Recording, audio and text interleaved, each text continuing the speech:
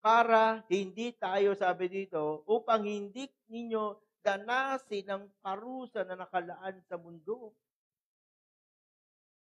Matindi po, mga kapatid. Alam nyo, maraming pahayag tungkol sa impyerno. Kasi ang spiritual citizen naman, heaven and hell lang eh. Dalawa lang yan eh. Hindi pwedeng dual, pwede ka sa hell, pwede sa heaven. Hindi pwede yun eh. Lord, magpapainit muna ako sa hell. Ang lamig dito sa heaven. Hindi naman pwedeng gano'n.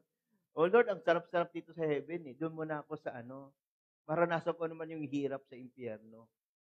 Hindi pwedeng gano'n sa spiritual life. Kaya nga, yung Abraham bosom, di ba, yung isang mayaman na nagdaramit ng napakarami at kumakain ng napakasasarap. Mayaman at si Lazaro, pinarabol ito ng ating Panginoon Hesus. Sabi nga, yung mayaman talagang saganang-sagana sa kanyang buhay. Walang pakialam sa Word of God. Walang pakialam makinig sa salita ng Diyos. Dahil napakaraming pera. Dahil wala pang dinaranas na hirap, wala siyang panahon sa Panginoon. Talagang party lang. Kung saan sila gustong pupunta sila. Dahil nagkakaroon na sila ng maraming pera, nakakalimutan na nila ang Panginoon. Puro enjoyment na lang sa buhay ang mayamang ito. Wala nang pakialam sa Panginoon. Yung pulubi, si Lazaro. Nag-aambang lang sa gate. Nag-aabang doon sa may tabi ng basurahan. Yung mga mumo ng pagkain nyo lang kinakain niya. Pero bagamat siya'y pulubi, siya ay, sabi nga dito, nagtitiis. Ayaw niyang gumawa ng kasalanan sa Panginoon, yun lang kinakain niya.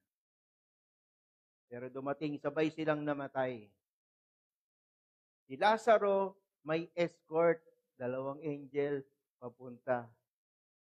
No? Kung saan kinalagyan ni Abraham. Yung pulubi, pagpatay niya, no? Namatay ang physical niya, pagdilat ng kanyang mga mata, nandun siya sa apoy. Uhaw na uhaw. Gutom na gutom. Kasi wala siyang pakialam sa Diyos. Nakita niya si Lazaro. At si Abraham, sabi niya, Amang Abraham, baka naman pwede utusan niyo si Lazaro na isawsaw sa dulo ng kanyang daliri sa tubig para palamigin ang aking dila.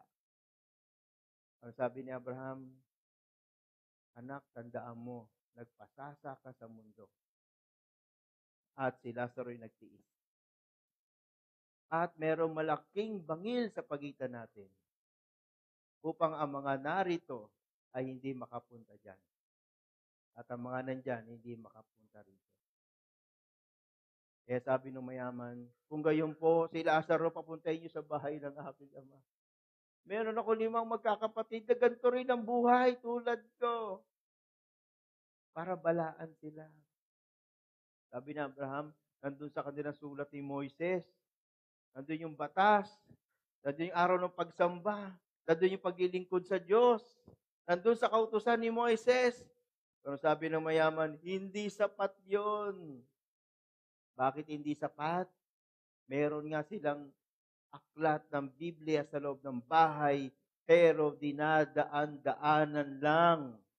Walang pakialam magbasa ng Biblia o walang panahon sa pagsamba at walang panahon sa paglilingkod.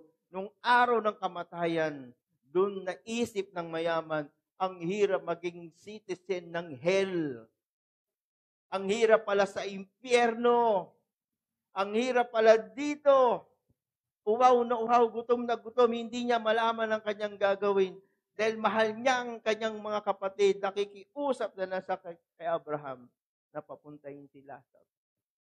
Dahil baka daw, ang isang patay na muling mabuhay, magugulat ang kanyang mga kapatid. At sasabihin ni Lazaro, yung kapatid nyo nasa impyerno. Parang gusto niyang, yun ang gustong sabihin ng mayaman. Yung kapatid nyo nasa impyerno, naghihirap, nakikiusap, na kayong mga kapatid na buhay pa dito sa mundo, ay magbago na kayo. Magsisi na kayo.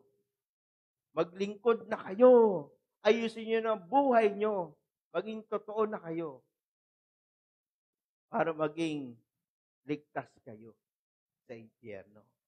Kaya lang, sinabi ni Abba, wala. Kung ayaw nilang pakinggan ang Word of God, hindi nila pakikinggan kahit patay ay muling mabuhay.